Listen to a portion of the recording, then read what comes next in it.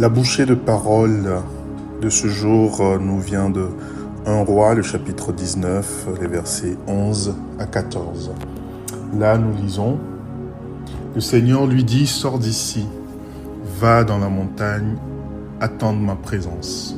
Moi, le Seigneur, je vais passer. Tout d'abord, avant l'arrivée du Seigneur, un vent violent se met à souffler. Il fend la montagne et casse les rochers. Mais le Seigneur n'est pas dans le vent.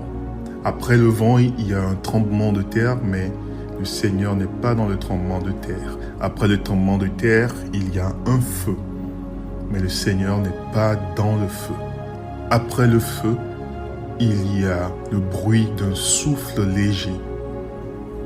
Quand Élie l'entend, il se cache le visage avec son vêtement. Il sort et il se tint à l'entrée de la grotte. Alors il entend une voix. Elle dit, « Qu'est-ce que tu fais ici, Élie ?» Élie répond, « Seigneur Dieu de l'univers, j'ai pour toi un amour brûlant. Mais les Israélites ont abandonné ton alliance, ils ont détruit tes autels, ils ont tué tes prophètes. Moi seul je suis resté et ils veulent prendre ma vie. » Ce qui est important à soulever dans cette portion de test, c'est que le Seigneur donne un rendez-vous à Élie. Et lors de ce rendez-vous-là, alors que Élie était prêt, il attendait, il y a eu plusieurs manifestations, des manifestations très spectaculaires.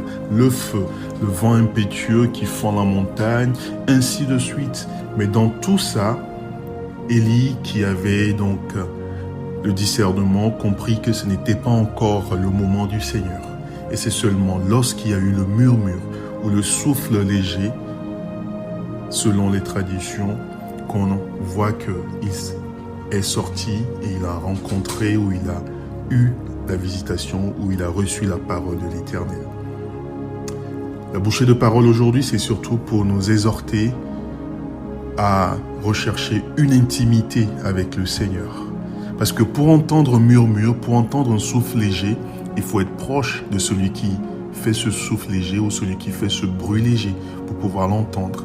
Alors que cette parole-là nous encourage à désirer ardemment la proximité avec le Seigneur.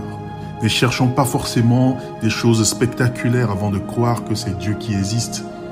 Ça peut être le cas, mais bien souvent, le Seigneur se révèle dans le moment de calme et de secret avec lui. Que cette bouchée de parole vous encourage encore aujourd'hui. Soyez bénis et à très bientôt.